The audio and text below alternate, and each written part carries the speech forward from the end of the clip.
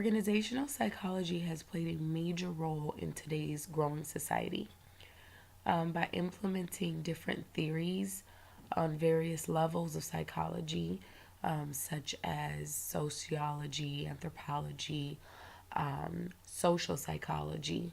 A lot of that which incorporates what industrial organizational psychology embodies. The progressiveness among practitioners, such as the scientist and practitioner gap, that in itself has allowed for a lot of progressiveness in this field. It serves as a very important process in graduate training programs because it provides practical experience. It provides hands on knowledge of the research and the experiment in the field, which is very important because it's kind of difficult to study something if you have no idea what the experience level is like. Um, this also serves as different dynamics in the workplace. So, learning to constantly integrate different methods to cater to different employees. With the growing rate of ethnic diversity, this particular field is very important because you don't want to leave anyone out, don't want to have any inclusion in the organizational development process. So, being able to incorporate different policies and different strategies to include all forms, all backgrounds, all ethnicities into the workplace is very important for workplace development. Since World War II, it studied the morale of what human relations was like in the industrial setting. Also in Vietnam, just the study of work family conflict due to multiple level of perceptions. So they wanted to focus on what causes stress and how stress does play a role in work productivity, um, which allows us to now be able to just make accommodations and to decrease those stress levels through employee relations. Globalization also played a major role in in our recent historical events. The fact that a lot of companies are either web based or have expanded overseas. Um, we need to be able to just monitor, of course, work productivity and to adapt to different cultures through globalization.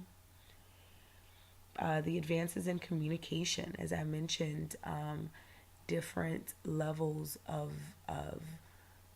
the internet, being able to have socialization in the internet, recruitment, different assessments that you're able to do, the way you can get the job postings out are very different.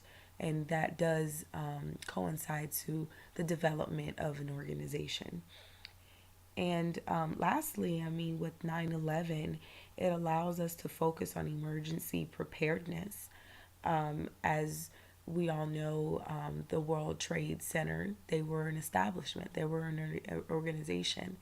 Um, it just allows for different policies and procedures to be in place for in the event of an emergency. There are now requirements that organizations must have in order to ensure the safety of the workers and the organization. The socialization process is important for any level of organization, whether it's a work or job place or even a graduate school for students. Part of the socialization process takes place with the actual individual where they will be researching either a job or a school. They need to know, what works for them, what interests them, how could they benefit this establishment, and how can the establishment benefit them in the long run. The effects of socialization just allows for peace of mind and the stability of knowing that you're achieving success and you're going in with that mindset that you would like to achieve success. Part of this socialization is identified as the attraction process. So, what attracts you? And that begins with recruitment as well on the other side. A lot of colleges may actually recruit individuals to join either research teams or to join some research in some research projects to be able to enhance the qualities of the student or to be benefited from the qualities that the students may have already. Just like a job where there are times where an employee or where an employee would be recruited by someone who may have seen their profile or who may have been, word of mouth through their friends or whichever the case may be. A lot of background information is needed prior to the onboarding process because both sides want to make sure that this person, this individual, is a good fit. Not only a good fit for the individual, but also a good fit for the organization. Can the organization meet the needs of that individual? For graduate students, it's just throughout the entire process, how is the level of support within that program? Are they allowing the student to participate in different trainings, different on the job experiences to gain more knowledge? Is the process conducive? Is the environment conducive? Can the student be successful at what they're doing? This is very important because you don't want to join an establishment where you're going to have to either sink or swim. You're going to want to feel that you're supported. You're going to want to feel that this person who actually brings you on is looking out for your best interests and would like you to succeed along with them as an organization. And that goes back to even a newcomer on a job. The newcomer doesn't want to be hired and then just be left out to dry. Newcomer would love to grow within the company, be a part of the company, learn the company, and in turn know that they are supported by their superior and they're supported in promotional ways where they will feel that they're able to grow within the organization. And also with graduate students, just want to make sure that the overall program is successful. So going back to the socialization at the beginning where you're doing your research, finding the success rates, the graduation rates, the job implanting rates, that all has a huge impact on whether or not the program would be successful. So for graduating students, they would like to know that there will be, again, that support and the training will allow them to land a perfect career or so they can be more prepared when they get into the work field.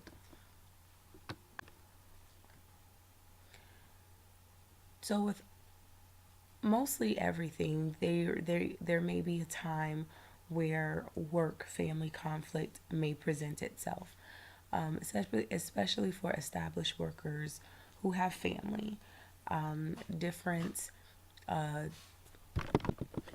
different things may arise when it comes to work family conflict, whether it's sickness, whether it's a death in the family, whether it's additions to the family. Um, you know, Organizations should realize that their employees are individuals with lives outside of work. And the sooner that they realize that, the better off their organization will be because they will be more supportive for their workers. And when an individual feels the support from their superior, their work productivity goes up. They feel that they're able to trust their superiors, and they feel that they're able to be supported by the organization. So the organization can actually reduce or prevent work family conflict by just continuing the socialization process. Again, not leaving workers out to dry once they are hired, but again, implementing that supervisory support, because a supportive supervisor may allow a comfortable setting to discuss those barriers. And if those barriers are producing the intent to leave, the supportive supervisors can brainstorm and come up with different strategies or different methods in order to retain that employee. And that just builds the rapport for both parties. So, instituting policies and benefits to employees who are seeking to balance the work life between family and their employment. Just being able to either implement more paid time off or telecommuting access if the company allows it. Flex time will also actually allow for more flexibility. If a person wants to work 10 hours one day and only 6 the next day, different strategies should allow that in order for again for the employee to be more productive and to want to find ways to make it work, because ultimately in the battle between work and family, no organization would want an employee to choose between the two. Both are equally important, and if the organization is important to that employee, then the organization should show that employee that they are equally important. This will actually increase the positive effects, the positive attitude and satisfaction towards the organization, and will in turn decrease turnover anticipation. People won't have the thought of leaving with those benefits and with those accesses available to them. If I was asked to develop a work performance assessment program for employee development, I would use techniques that are just focus more on the individual's overall dynamics. So I would measure their ability to handle the task. Are they task oriented? Is this individual truly performing at the level that we hired them to perform at? And are they exceeding expectations, or are they barely even meeting those expectations? This is important because to much is given, much is expected.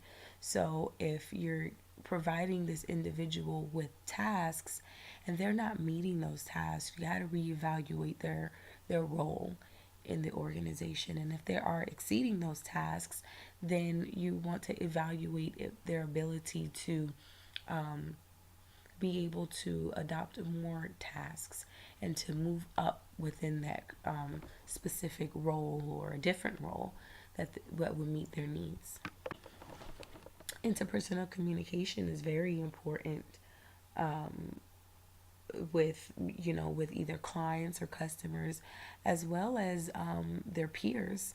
How you speak to people, how you relate to people is very important in organizational development. It's not enough to be kind to the clients or to the customers. It's equally important to be just as kind to the people around you, because that just shows the level of character that this individual have, and the authenticity. So if you're overall just a person who is able to communicate effectively across the board, no matter who the person is, then that just shows the ability to just be able to be an effective employee, an overall employee. So, what the individual does on their downtime is actually also important, whether it's outside of work or whether it's on their break. Um, and an effective employee, again, should be an overall effective employee. So, we're not expecting anyone to have a mask on when they come into work, but we want a genuine person who is on and off, able, on and off the job, able to maintain the role that we expect them to maintain. For example, the Facebook, which has gotten a lot of individuals in trouble. However, that person still represents the agency. And if the person is behaving in a different way and still being a representative of the agency, it does allow the organization to be a reflection of that, which, you know, it honestly should just be observed as part of the measuring criteria when it comes to performance and just development of that employee. Destructive behaviors is also important. Is this person following safety procedures, or is this person being completely careless, which may end up costing the organization in the long run? Safety violations is very important because, it's just, if someone is following the rules, like say lifting with their knees instead of their backs, and that they're practicing those good habits and practicing ways to stay safe and keep other customers safe as well, then it just shows their level of care for the organization, that they truly do care about themselves, they care about the organization, and they care about the effectiveness of the workplace policies that were put in place. Impossible organizational complaints or constraints can range from things like poor equipment or unnecessary rules, regulations, and unnecessary policies. A lot of the time, employees don't want to be micromanaged, and unnecessary policies, such as in professional organizations where there is a salaried position and there's a clock in or clock out method, which becomes tedious to those professionals. At times, those employees may want to bend those rules and then become frustrated. And with frustration becomes the lack of care for other rules that may be implemented. So these can produce counterproductive behaviors, which can flow into different levels of counterproductive behaviors. So we know that different policies are in place for a reason, such as absence controls policies. So organizations want to be sure to be careful with not implementing strenuous policies that may discourage the individual. However, we don't want to encourage excessive absenteeism either. So the goal is to find a balance between the policies and productive behavior for the employee. Meeting the employee halfway, but not giving up too much of the organizational's development, like policies, is imperative to keeping those employees from being counterproductive and showing counterproductive behaviors. So, in all, policies and procedures are key to the success of the development of an organization. Without these policies and procedures, organizations may not last and may become just completely unsuccessful if they aren't able to maintain quality workers and based on quality procedures. Studies have shown that when companies continue to grow with the individual and continue to institute different policies and change different policies based on the organizational needs as well as the employee needs, it increases the morale of the company, it increases the morale of the individual, which in turn increases the success rate of the individual as well as the organization.